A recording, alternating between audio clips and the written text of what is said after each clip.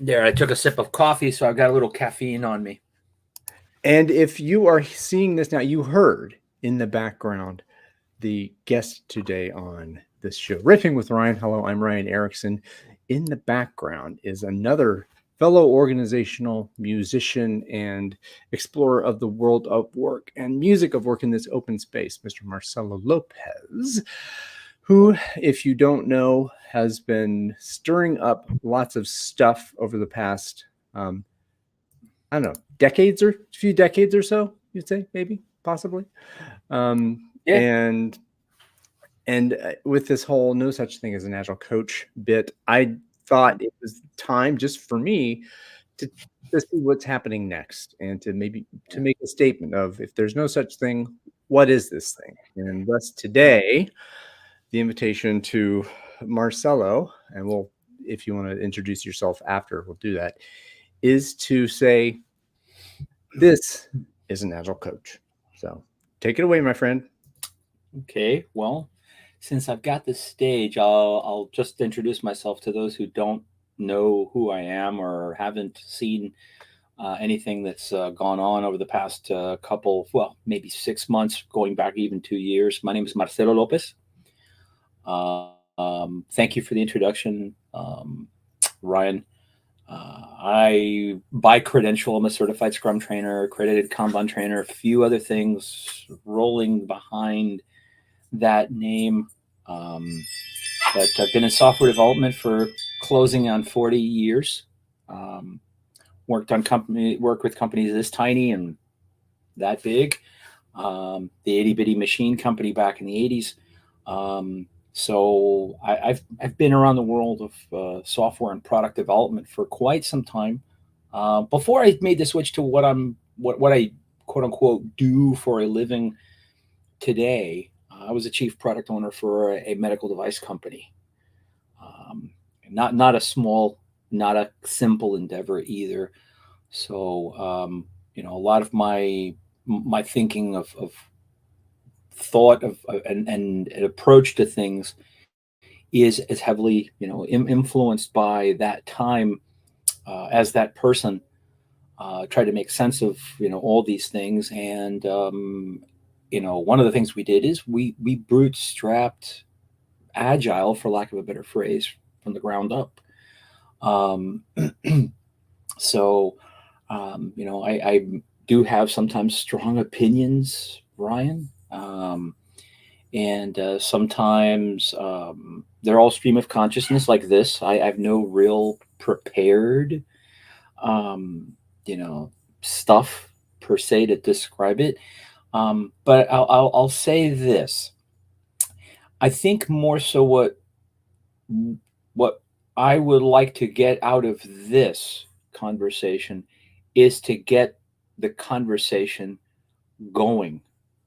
Okay, because if we're going to talk about what is an agile coach, we really need to start with what could an agile coach be, and frankly, what should an agile coach be.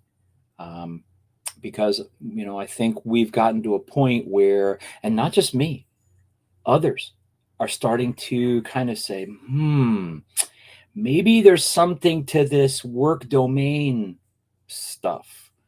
um, and maybe they're not calling it that, but they mention things like product coach, organizational change coach. Those are work domains. So they may not be using the same nomenclature that I am, but they're using it for sure. And I agree with some of those things that they're saying, and some of they're not per se. Um, but what I do think is that we need to have, and by we I mean practicants, people who do this as a practice, need to have this conversation. Okay. um Sometimes when we have this conversation, or have had this conversation with you, Ryan, um we've had some vigorous conversation going on where we've spoken around each other. which kind of surprises me, given that one of the things I've been repeatedly told is a coach approaches things with curiosity. Okay, where's the curiosity? I'm kind of a little shy on that from what I'm seeing from some of the others that have entered this debate, and a little bit of defensiveness when we're not trying to offend. We're not trying to diminish or lessen the value of, people's abilities or contributions. You know, in a sense, what we've been trying to do, at least myself and a few others, have been trying to say, you know, where do we feel this needs to go? Because obviously, where it's come to isn't working. There's just no other way of saying it cleanly. Sometimes to have a candid conversation, you need to just say what it is. Okay. And so I guess in this conversation, Ryan, I'm trying to, as cleanly as possible, say, well, this is what it is. I know I've spoken for a few minutes and that was just supposed to be an introduction, but I've kind of given most of it away and a little meandering. So you're on mute, by Good the way. Lord, how can I dare be a host and be on mute? So so I will do more solid, I guess, the next time around for those. I've kind of put you in the spot where you're having to introduce yourself, so I don't apologize for it. So thank you for that kind of setting the stage. So I'll give you the option now you've kind of made the allusion to an assertion. Do you want to make the assertion now? Well, the assertion is what we are calling agile coaching today is not what agile coaching A should be, B was intended, and what is actually turning out to be beneficial and productive and the real value proposition to business. Because if you're going to use this as a vehicle to provide value to someone, the value proposition must be based on the need of the others rather than your approach. Okay, just like people say, oh, you can't just throw Scrum at a problem, or you just can't Kanbanize a problem. And we're not discussing that per se today, but they're interrelated. Okay, you can't just shove, for lack of a better phrase, the idea of an agile coach where you consider that your domain of coaching lies just in the dynamics of the humans, and that's a period at the end of that that sentence. Okay, the idea of every problem is a people problem is a bit too abstract, B a bit too fluffy for business. Okay, because this is not a psychological practice that we're applying here.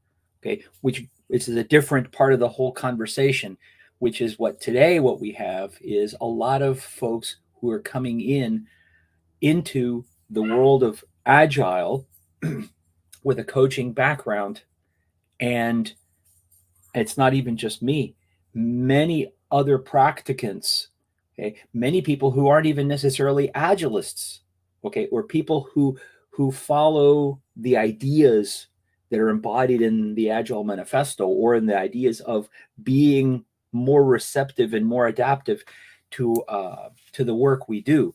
Those folks are saying, hey, this stuff you're calling agile coaching doesn't feel right, isn't really working out for us, and in many cases are even citing reasons why. Okay, a simple glance through a Reddit stream will give you that. Okay, you don't even have to hear me out. You could just go in there and look at that for yourself. Right. And part of it is, I think, we I'll say it, we lost our way. Okay, if you do a search on Google on the phrase agile coaching, Okay? It had an explosion. Okay? It started around 2003 or so. There's probably some references that are older than that. I've been researching that for a bit. Um, and what they're describing is not what we're seeing today. Now, you could say over time things tend to evolve in some way, okay? But if that were so, many of the practicants that we are working with wouldn't be making some of the statements that they're making, okay? Um, and one of the things that concerns me is, like I said, we've lost some essence for what does an agile coach do, okay? And that's not a new question. That's actually a very old question. It's at least 15 years old. It was a question that was put out as part of an exercise in XP 2009 conference in Italy, where that question was posed as part of a workshop. Okay. And I think that if folks were to do some research, they'd be hopefully comparing these things with what we're calling agile coaching today. I think that that's part of that what's missing. One more thing, and then I'm going to shut up for a bit. I feel I shouldn't have to be the one squawking about this. What do I mean by that? I mean that I shouldn't be the one who's doing this mostly on his own. Okay.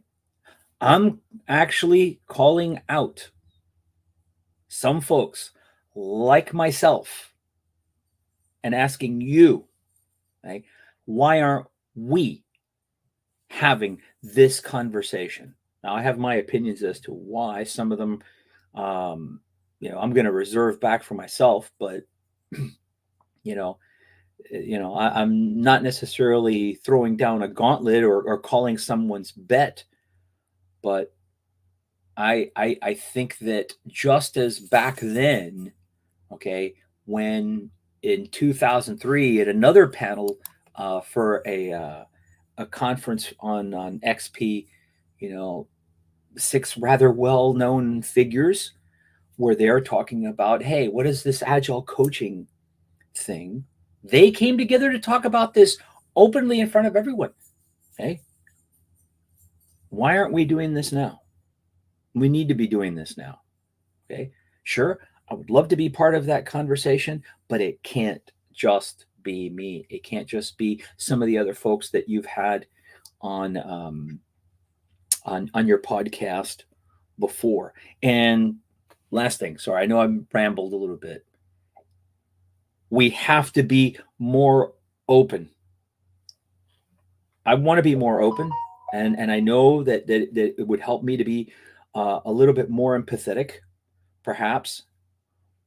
But I ask that others that engage in this conversation also be more open and also be more inquisitive. Apply that curiosity that we hear about. Now, that's not to be offensive, but it's been lacking. Sorry there, but I felt it had to be said. Anyways, there you go, Ryan.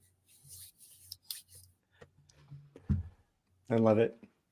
So we're going to put a cut on that bit, and thank you for putting so much out there. And I appreciate your willingness to step into an open space with just, the hashtag of that, this is an agile coach. The first thing what popped out to me first was we've lost our way. And whenever I hear the word we, I have to challenge it. Who is this we that's being discussed? And then you went into that, the folks who are at these conferences and what.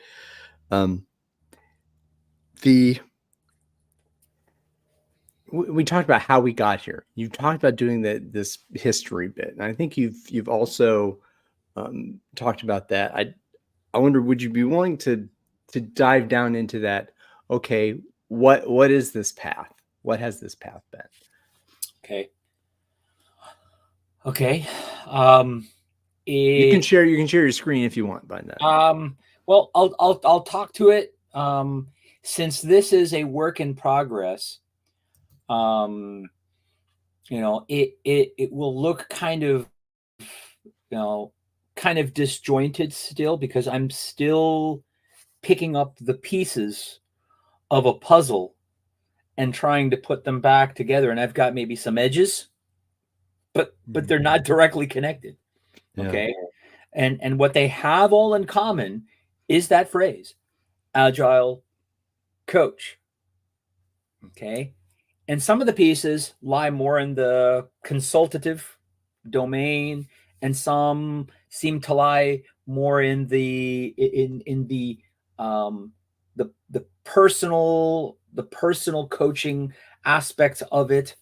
But I will talk about that a little bit. But I want to give a shout out to a buddy of mine, Luca Minudel, who it's partially his fault that I started doing this, because he's actually putting together something called the Agile Time Machine Google document, which keeps a rolling history of articles, books, publications in chronological order in different epochs, if you will, of stuff that leads up to today. And, at one point I contributed to that because there was a piece missing between the new product development game and Ken introduces Scrum at Uppsala 95. And that was a reference to Scrum in a book called Wicked Problems and Righteous Solutions, that was published in 1990, of all things, that described the Scrum approach to things before the Uppsala paper came out, and so put the label Scrum on it, and put the label Scrum on it, correct, and talked about the sashimi method applied to Scrum, or the method of sashimiing your work and applying it to the Scrum team. And so it came to my mind when we started having this conversation of the hashtag. I was like, shoot, what would be useful is a historical document that uses that Google Ngram as its guide for finding things along the way to where we are today. And part of that was driven because I was like, wow, looking at this Google Ngram, and I'm not going to show that specifically, because all you got to do is to go to ngram.google.com and type in the phrase Agile Coach and have it coalesce, go back to say 1950 to today, and you'll see a pretty clear curve of what happened and when. Okay. And what happened, I mean, is that the need for people who could coach agile teams, okay, started to come into people's consciousness, probably driven by, hey, we could use some of these people called Scrum Masters. And then we need some of these people who are a little bit more experienced to coach agility, okay, overall. And it exploded, okay? When? Whereabouts 2008, 2009, okay? And when I mean exploded, I mean an almost asymptotic curve. But then it kind of peaked, tapered off, and it's kind of meandered up and down for a bit for the last half decade, or maybe 7 years or so, okay? But what this spurred on, or rather what spurred it on, was, and it's not just my opinion, there's books to this, was the introduction of the phrase life coach in addition to the Agile Coach. Okay? And in specific, in digging into the first reference, which came out of a book from Rachel Davies called Agile Coaching, as it would be called. And by the way, to her credit, Rachel Davies, longtime XP practicant, comes from a technical background. Okay. and to my understanding, she's stayed in software development since. Okay, not much in the agile space that I could find reference to, um, but in reference in that book, okay, the term life coach was applied in a specific context. And that specific context was as a team matures. What does that mean as a team matures? Mm. It means that they themselves are ever able more and more to self manage, self organize, and have, and I'm going to throw a Seinfeld reference out there, be the masters of their domain. Yeah, I know not a cool words for some. I get it, but it's the phrase that fits.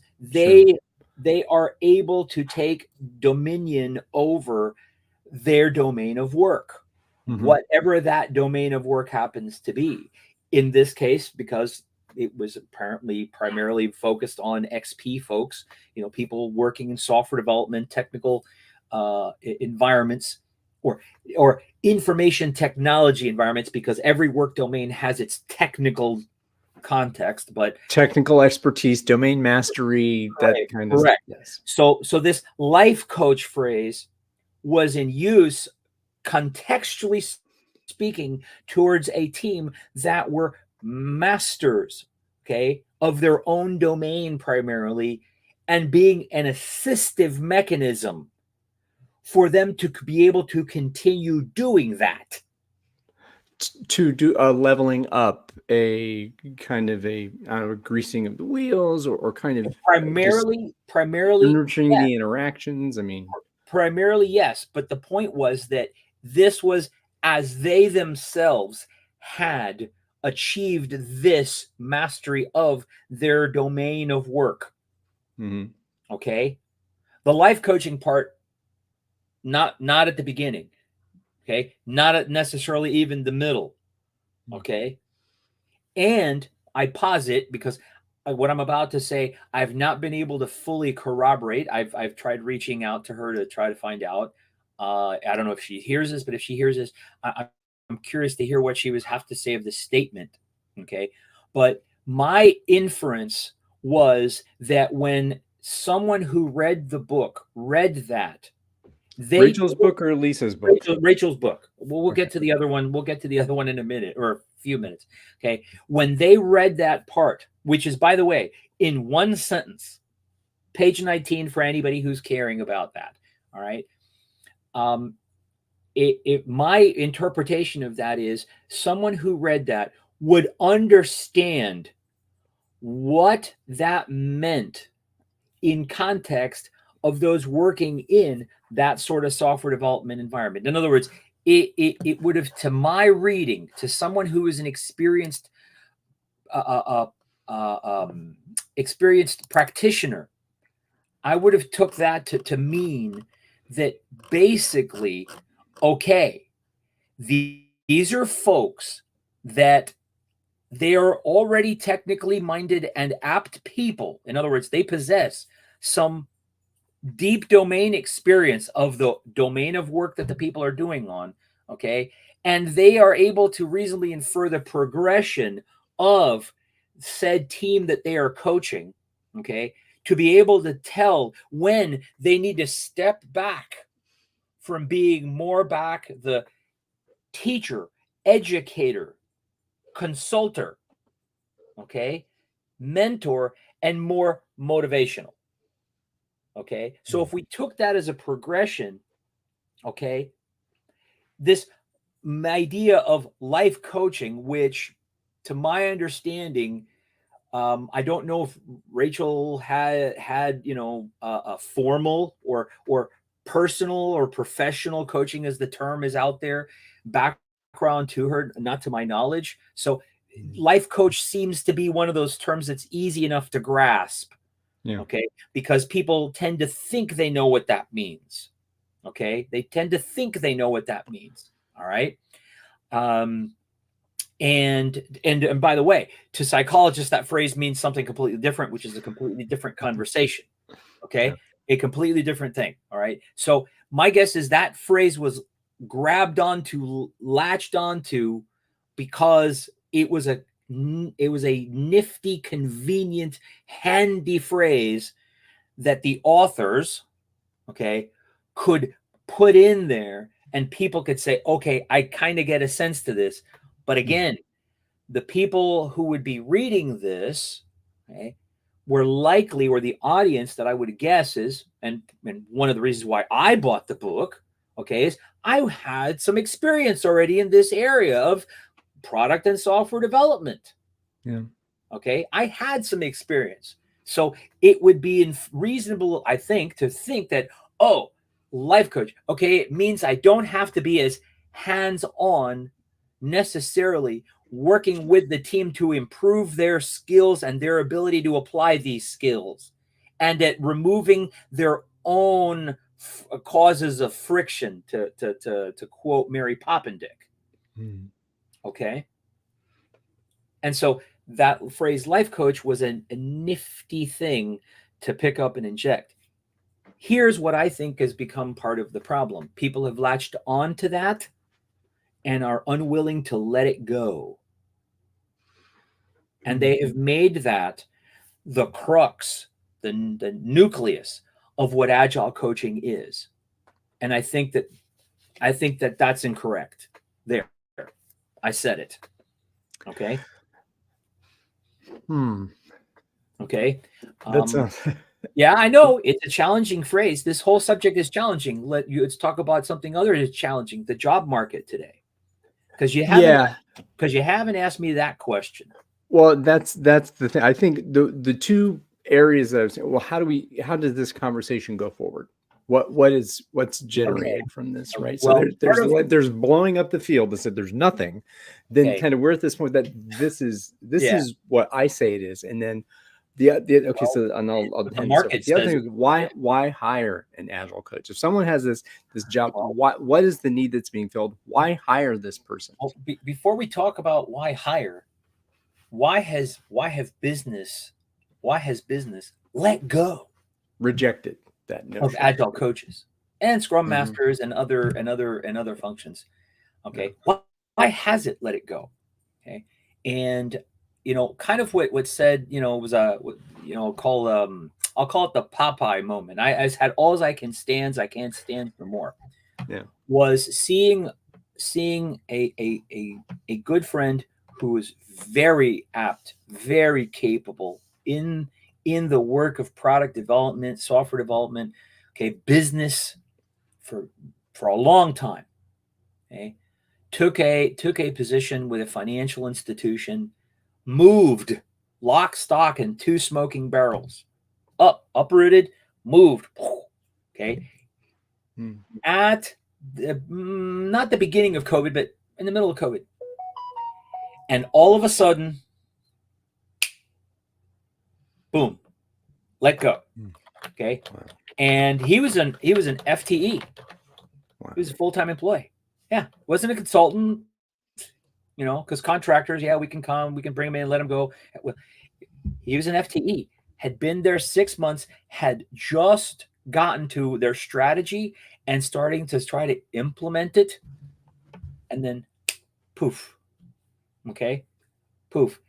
And seeing some of the pain, I'll call it that, pain that he and his family went through. Okay.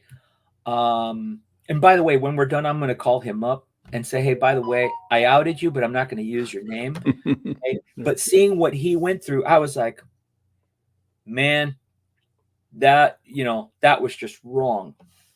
Okay. That was just wrong. Because he was actually in a good position before he made this change. It's kind of, they gave him an offer he can't refuse kind of a thing. And he thought he was, going to do some good work there. And poof. And the funny part is that he's not the only one. many other people. Of course, everybody talks about the Cap One change and what happened there, and some people get the story wrong, and stuff. And I won't mention other companies by name now, Sure. but the fact is that it's happened to a lot of places, but people really didn't dig into why. How did this come about? How did we not see this moving? What part of, volatile, uncertain, complex, and ambiguous was not Yeah. clear, people? Okay, what was not clear? We could have, should have seen this coming, and I'll go you further. Some people did. Some people did. Okay, and some people were talking about this even, before I was. And what were they doing about it? I think that's They were challenging some of the people who have the I'll say it this way, the influence yeah. to engage with other people who could reorient, okay, to do something. But you know what it is? Once you're headed towards the iceberg, you're headed towards the iceberg. Okay, Yeah. you're headed towards the iceberg. And some of the other stuff gets into personalities. Yeah. Because once you develop a personality in public, people tend to gravitate towards that sort of personality. And I want to be very clear about this. All these podcasts that I've been on where we've been discussing this subject, Ryan, I've made this much money from it. Yeah. I'm You're not a paid shill. yeah, I'm not a paid shill for any of this. Okay. Yeah. You know, I I do this on times, moments where I'm not engaged in that which I do to keep the lights on. Okay. Which for everybody's challenge right now. Okay. Let's be honest about it. Let's be blunt about it. Everybody's challenged right now in this particular space. Okay. But to circle back to that, what brought that about, for me, was I saw the pain of others. It is not gone without impacting me as well. Okay, it is not gone without impacting me as well. Okay, I'll be quite transparent about that. But we seem to keep missing the signal that if there is an agile coach cannot divorce themselves from work domain skills, fill in the blank. Okay. And that unfortunately troubles some people. Some people say that that's exclusionary. Some people say that that's gatekeeping.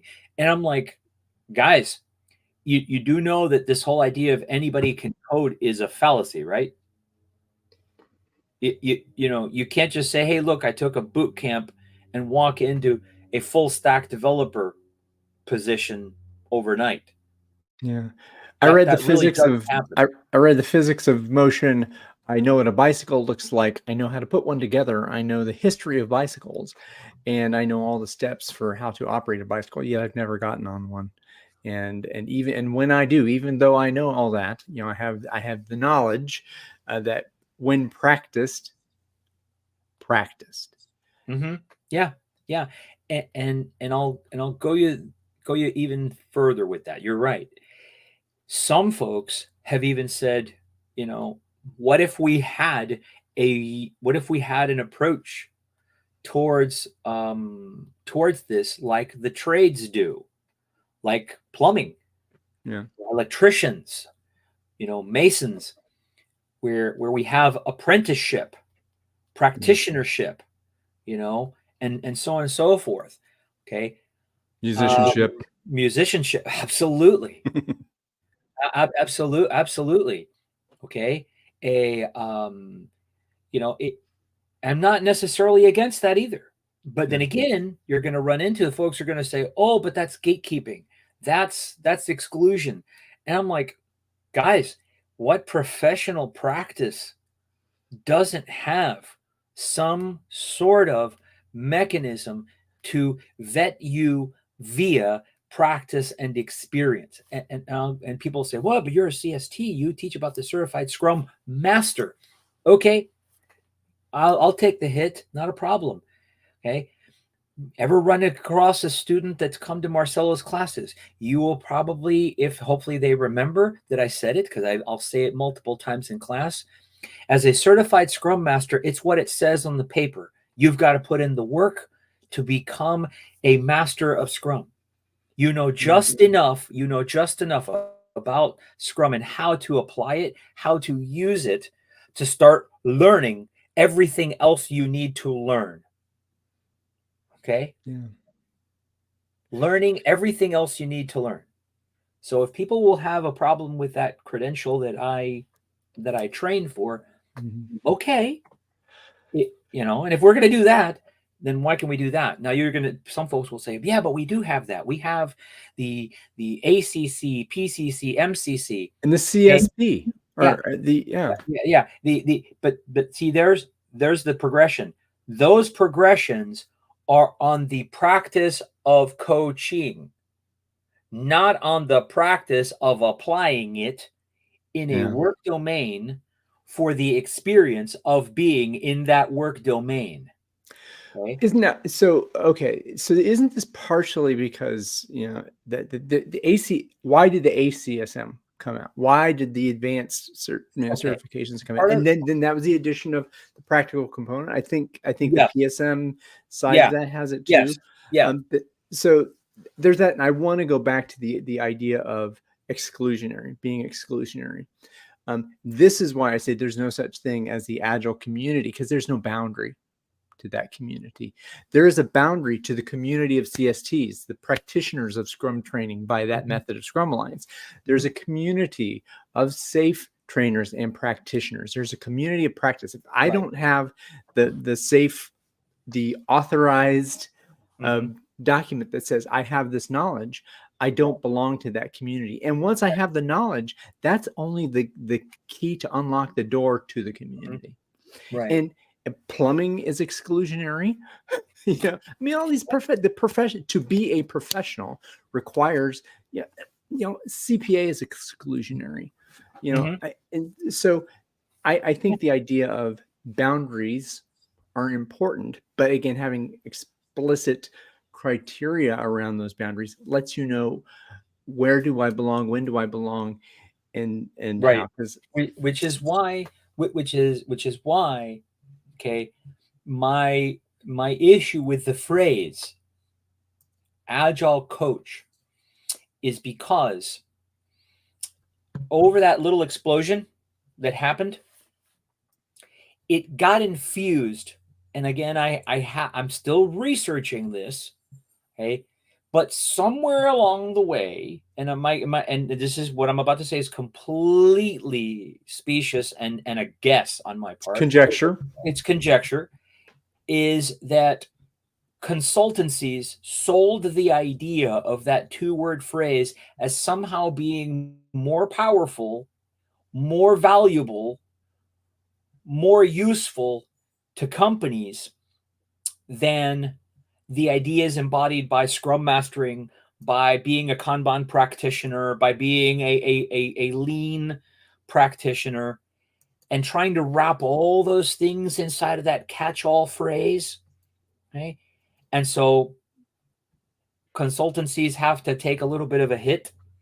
I know that might impact my ability to get work. I understand that. Okay. But, all of us, I would say, have to take a bit of ownership of, hey, this happened under our watch. Okay. But I'm thinking that large consultancies need to step up in that sense, and I don't expect them to. But the point is that how did this Agile? Why would they? Yeah, exactly.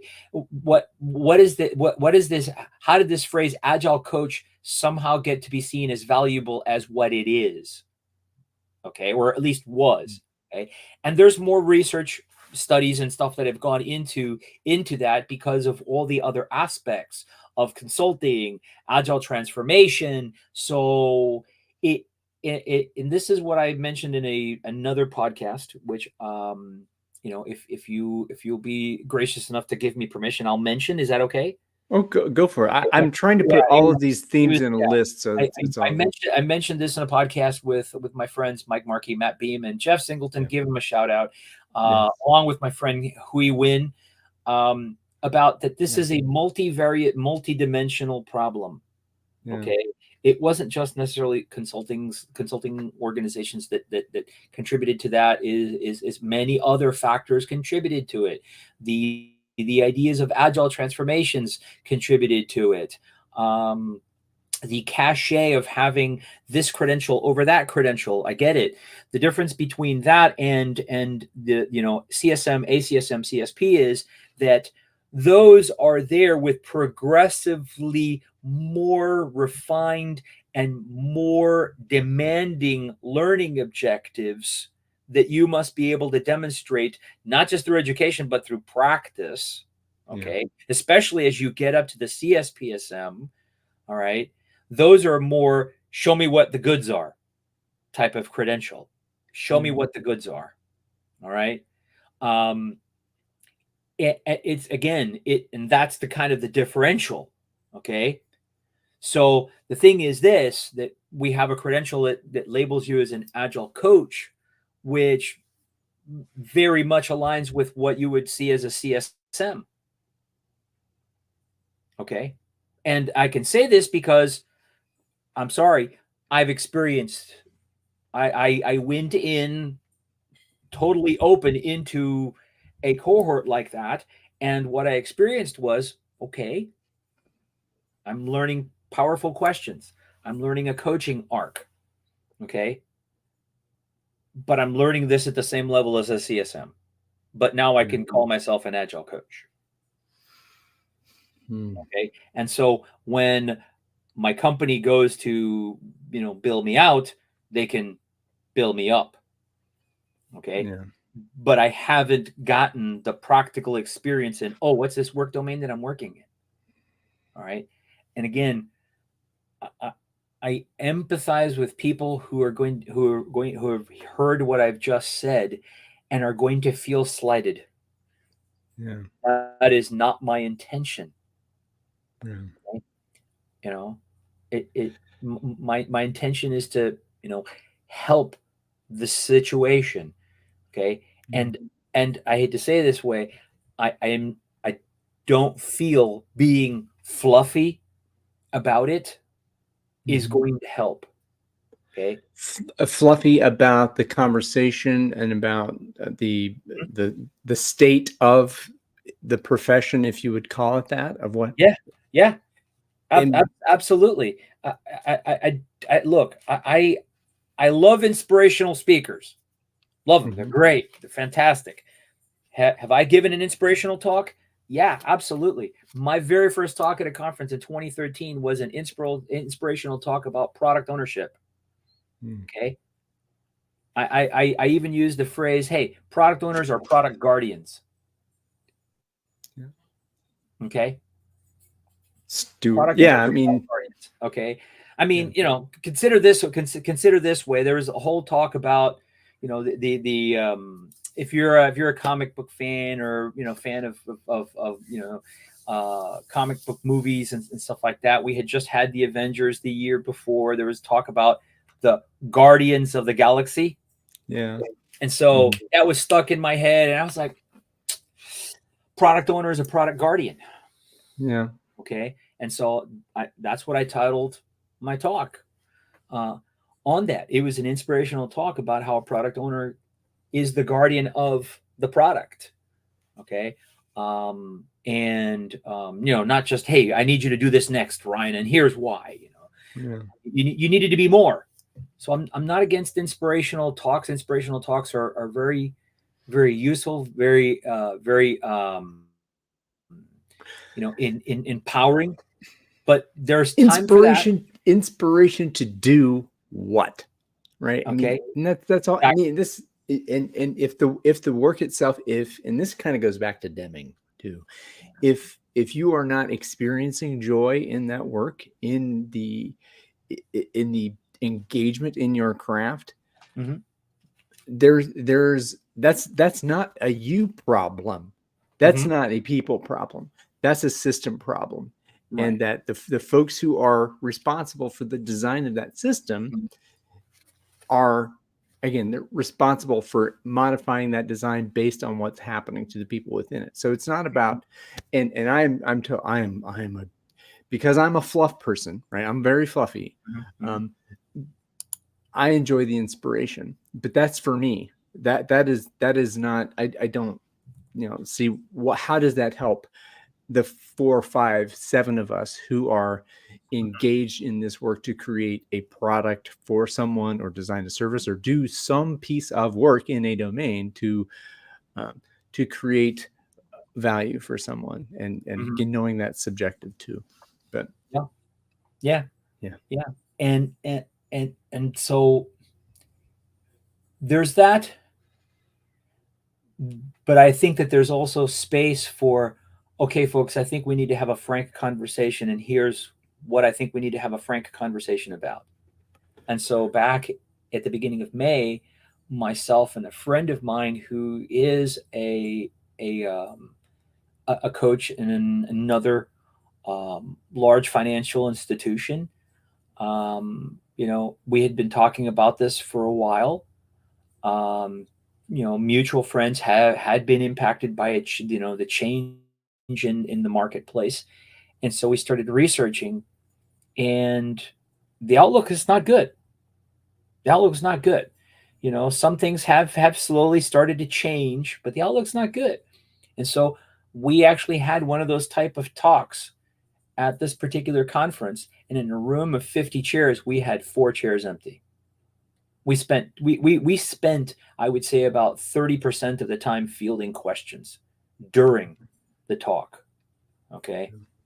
All right. 30% of the time fielding questions about it. And at the end of the day, the question that prompted the most questions was, so what do we do now, Marcelo? Okay. yeah, And interestingly enough, what I found was the inspiration right from the beginning. It's kind of like hopping in the DeLorean and going back in time, from that XP talk from 2003, or it wasn't even a talk, it was a panel, um, where the people on that panel were asked, well, so what is this thing? What is this Agile Coach? And one of the things that stood out to me from that write up was things that Mary Poppendick said, that these persons should have deep skill in the domain of where they are coaching.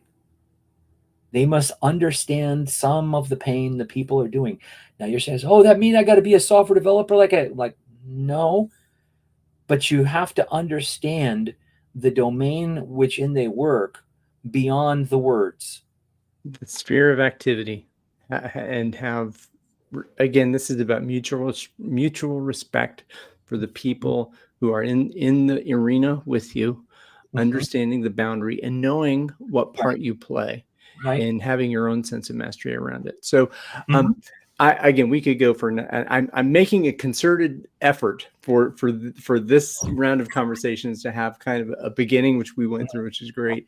An open conversation here, and you've inspired me here to what I'd like to offer you the opportunity to share is something to, again, I'm going to be a little bit selfish here. Okay. So what I want to do as we go forward is I want to host what I call, what's a dangerous conversation in a safe space. I want to have a safe space for dangerous conversations, right? I love it. That now that will be that safe space is going to be something that's going to have a boundary around it. Mhm. But what I'm looking for, the people who would want to be in that space. So if you were to have a safe space for a dangerous conversation, what would the dangerous conversation be? What would that be? The dangerous conversation is, what does an Agile coach do? That would be one of the fundamental questions. Not just what is an Agile coach or this is an Agile coach, is what does an Agile coach actually do? Okay. Like I said, I've been researching this. The information's there. I've shared pointers to all the stuff that I've been finding to people. Um, and I'm talking about people in the domain of coaching and training as well as outside.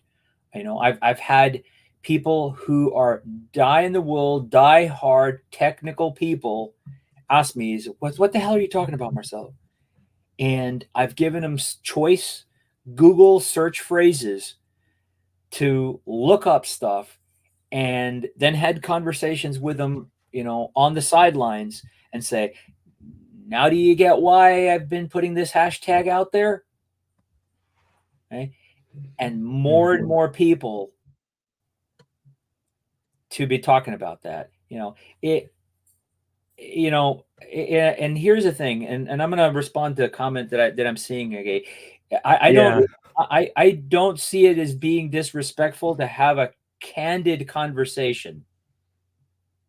If someone thinks that being candid is demeaning, we have bigger problems. Okay. Yeah. And again, this is about the invitation. This is about crafting the invitation to that dangerous conversation. Yeah. To have folks being willing Yeah. to be Yeah. curious. And again, Well, Dan has been, I'm going to be talking with Dan tomorrow, by the way. that's cool, and I'll be listening in, time permitting, live. But I would pose the question, and maybe he can answer this question tomorrow. What is demeaning about being candid and backing up with evidence why you're being candid the way you're being candid? What is demeaning about that? That's a question. I love it, Marcelo. Thank you so much for your presence in this space. Thanks for And having me. you're quite welcome. Enjoyable. You're keeping the juice alive in me. So, Well, every other invitee that you have to this, I hope, gives you the same juice from where they stand. Okay. And the invitation, as has been from the beginning, is open. It's been open. The door's never shut. Yeah. I love it, man. Well, to those of you out there who are watching, again, a good now to you. Thank you for the precious gift of your time and attention, and we will see you next time. Peace, man. Peace.